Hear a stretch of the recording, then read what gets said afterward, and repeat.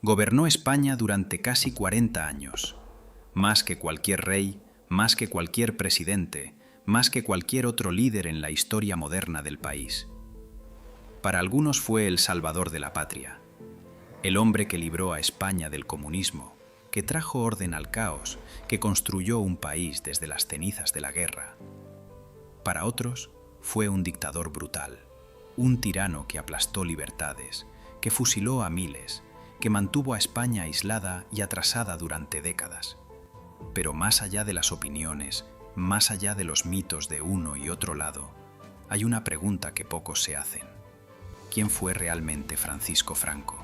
¿El hombre, no el símbolo? Hoy vamos a intentar responder esa pregunta. Sin hagiografías, sin demonizaciones, solo los hechos y lo que significaron. Y te aviso, probablemente lo que descubras te sorprenda, vengas del lado que vengas.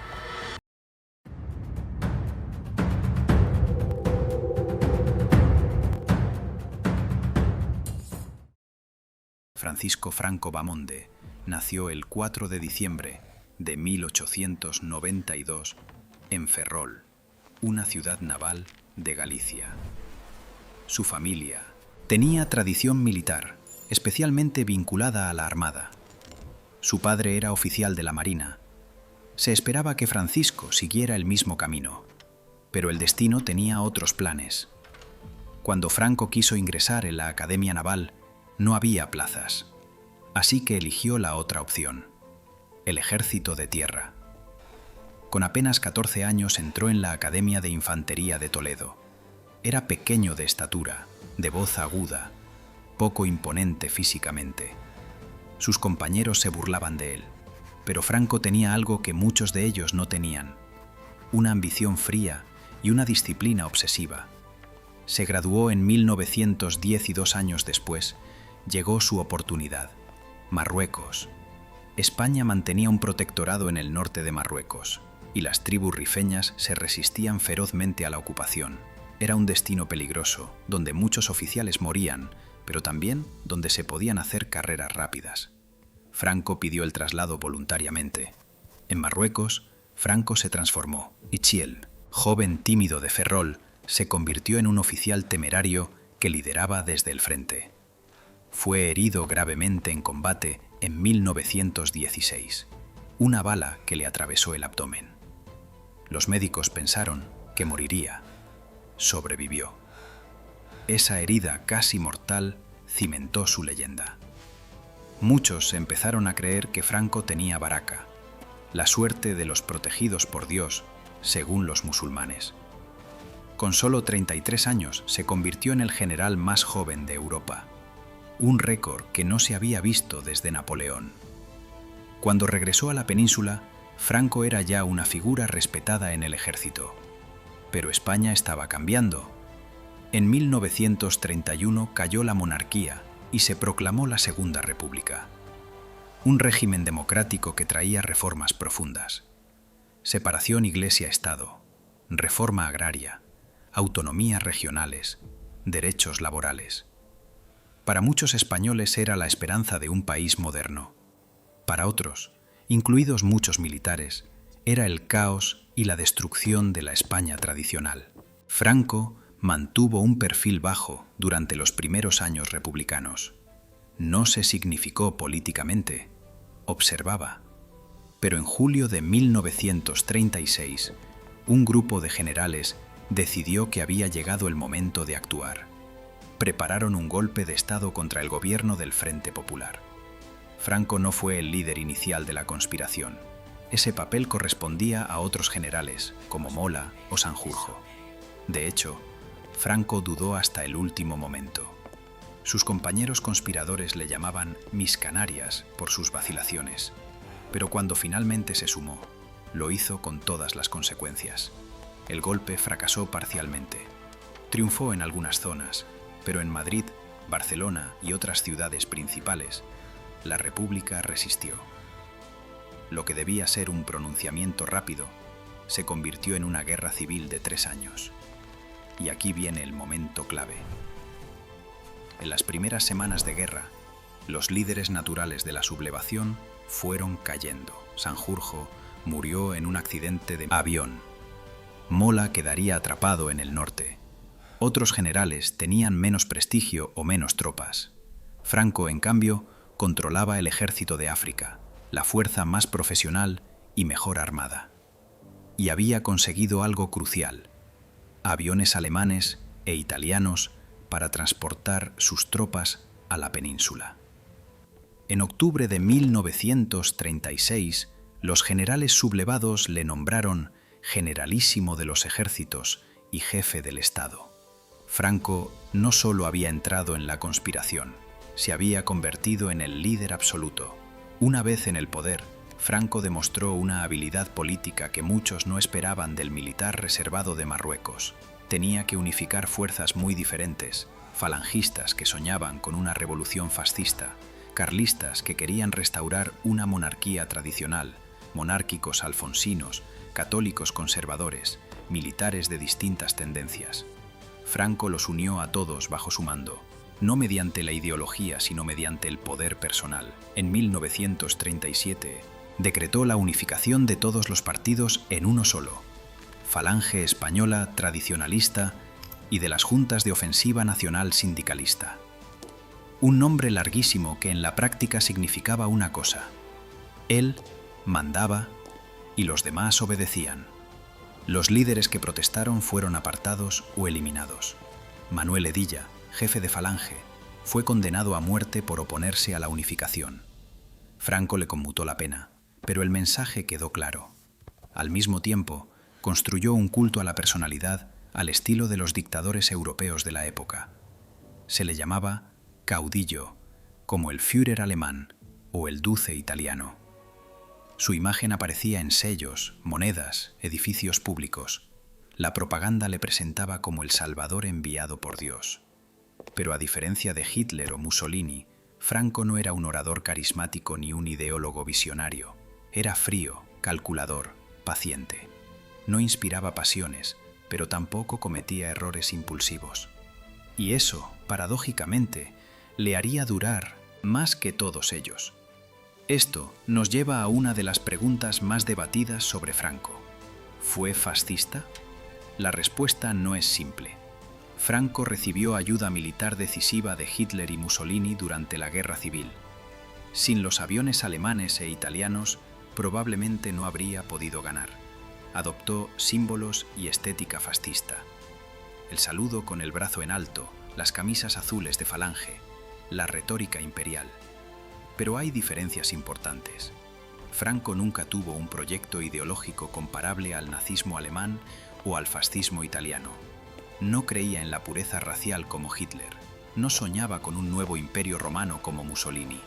Su ideología, si puede llamarse así, era una mezcla de nacionalcatolicismo, anticomunismo visceral y conservadurismo tradicional, más cercana al autoritarismo militar clásico que al fascismo revolucionario. Cuando la Segunda Guerra Mundial comenzó, Franco se encontró con un dilema. Debía mucho a Hitler y Mussolini. Ideológicamente, simpatizaba con el eje. Pero como vimos en otro video, España estaba destrozada y no podía permitirse otra guerra. Franco se reunió con Hitler en Hendaya en 1940 y consiguió mantenerse fuera del conflicto. Cuando el eje empezó a perder, Franco fue distanciándose discretamente.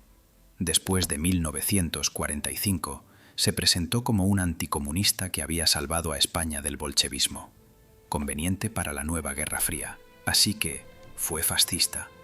Usó el fascismo cuando le convino, lo abandonó cuando dejó de serle útil. Quizás la mejor definición sea otra: fue pragmático hasta la médula. Ahora viene la parte más oscura, y también la más necesaria de contar. El régimen de Franco se construyó sobre la represión sistemática. Durante la Guerra Civil, ambos bandos cometieron atrocidades. Eso es histórico e innegable. Pero hay una diferencia crucial. Cuando terminó la guerra, la represión republicana terminó con ella. La represión franquista, en cambio, continuó durante décadas. Los primeros años fueron los más sangrientos. Entre 1939 y 1945 se calcula que fueron ejecutadas decenas de miles de personas. Las cifras exactas siguen siendo objeto de investigación, pero hablamos de una represión masiva.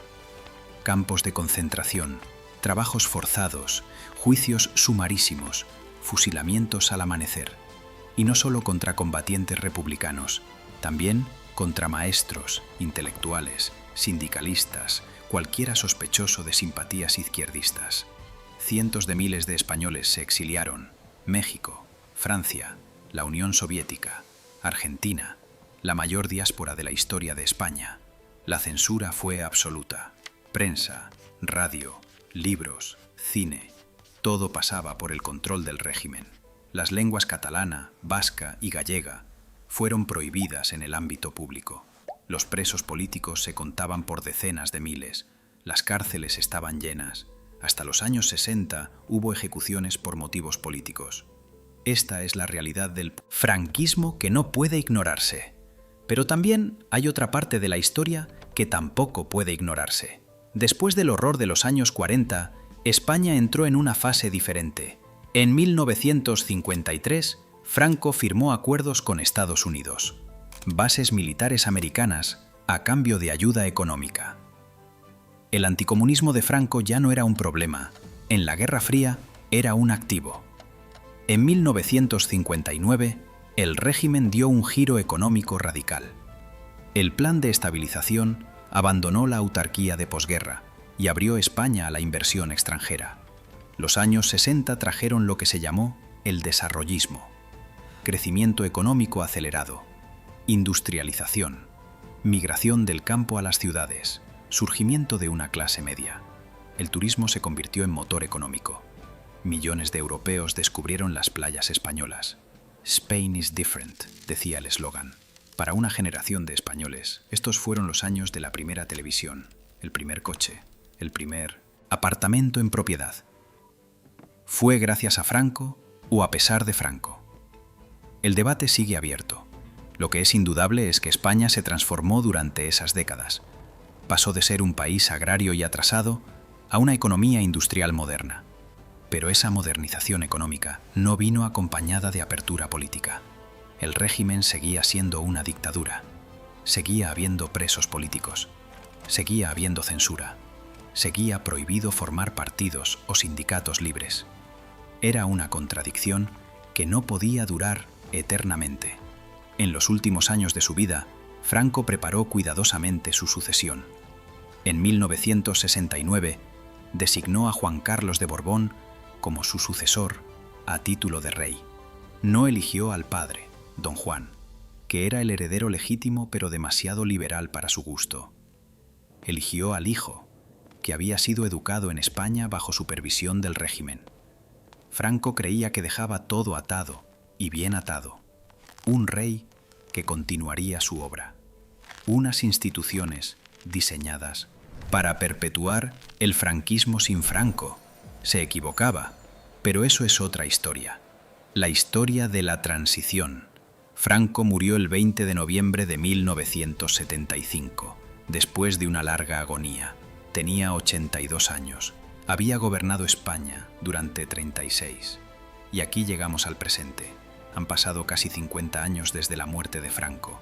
España es hoy una democracia consolidada, miembro de la Unión Europea, un país moderno y próspero. Y sin embargo, la figura de Franco sigue dividiendo profundamente a la sociedad española. ¿Por qué? Porque no es solo historia, es memoria, es identidad, es política actual. Las fosas comunes de la guerra civil y la posguerra siguen siendo tema de debate. La ley de memoria histórica genera controversia. El traslado de los restos de Franco del Valle de los Caídos en 2019 provocó manifestaciones a favor y en contra. Para unos, honrar la memoria de las víctimas del franquismo es justicia elemental. Para otros, es reabrir heridas que deberían estar cerradas. La división no es solo entre izquierda y derecha. Atraviesa familias, generaciones, regiones. Es una herida que España todavía no ha conseguido cerrar del todo. Y quizás ese sea el legado más duradero de Franco. No los pantanos ni las carreteras. No la represión ni el desarrollo económico, sino la división que dejó detrás. Una división que 50 años después sigue viva. Entonces, ¿quién fue realmente Franco? Fue un militar brillante que supo ascender desde Marruecos hasta el poder absoluto. Fue un político astuto que eliminó rivales, sobrevivió a Hitler y Mussolini y se reinventó como aliado de Estados Unidos. Fue un dictador que construyó su régimen sobre la represión, la censura y el miedo. Fue también el líder bajo el cual España se industrializó y modernizó económicamente. Fue un hombre frío, calculador, sin el carisma de otros dictadores, pero con una capacidad de supervivencia extraordinaria. Fue producto de su tiempo y al mismo tiempo moldeó el destino de millones de españoles durante 4 décadas. No fue un héroe, no fue un monstruo de película. Fue algo más complejo y por eso más inquietante. Fue un ser humano que tomó decisiones que causaron sufrimiento inmenso y que también, en otros momentos, tomó decisiones que cambiaron España de maneras que aún perduran. La historia rara vez es simple. Y Franco, desde luego, no lo es. Y ahora te pregunto a ti, después de todo lo que hemos visto hoy, ¿cómo definirías a Franco? ¿Fue principalmente un dictador represivo cuyo legado es el sufrimiento que causó?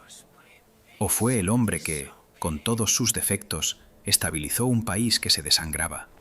¿O quizás fue ambas cosas a la vez, y esa es precisamente la incomodidad que produce su figura? Déjame tu opinión en los comentarios, pero te pido algo. Argumenta.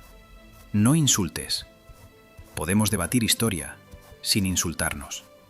Si este vídeo te ha hecho pensar, dale al like. Es la mejor forma de apoyar el canal. Y si quieres seguir explorando la historia de España y del mundo, suscríbete. Cada semana hay un nuevo vídeo esperándote. Nos vemos en el próximo.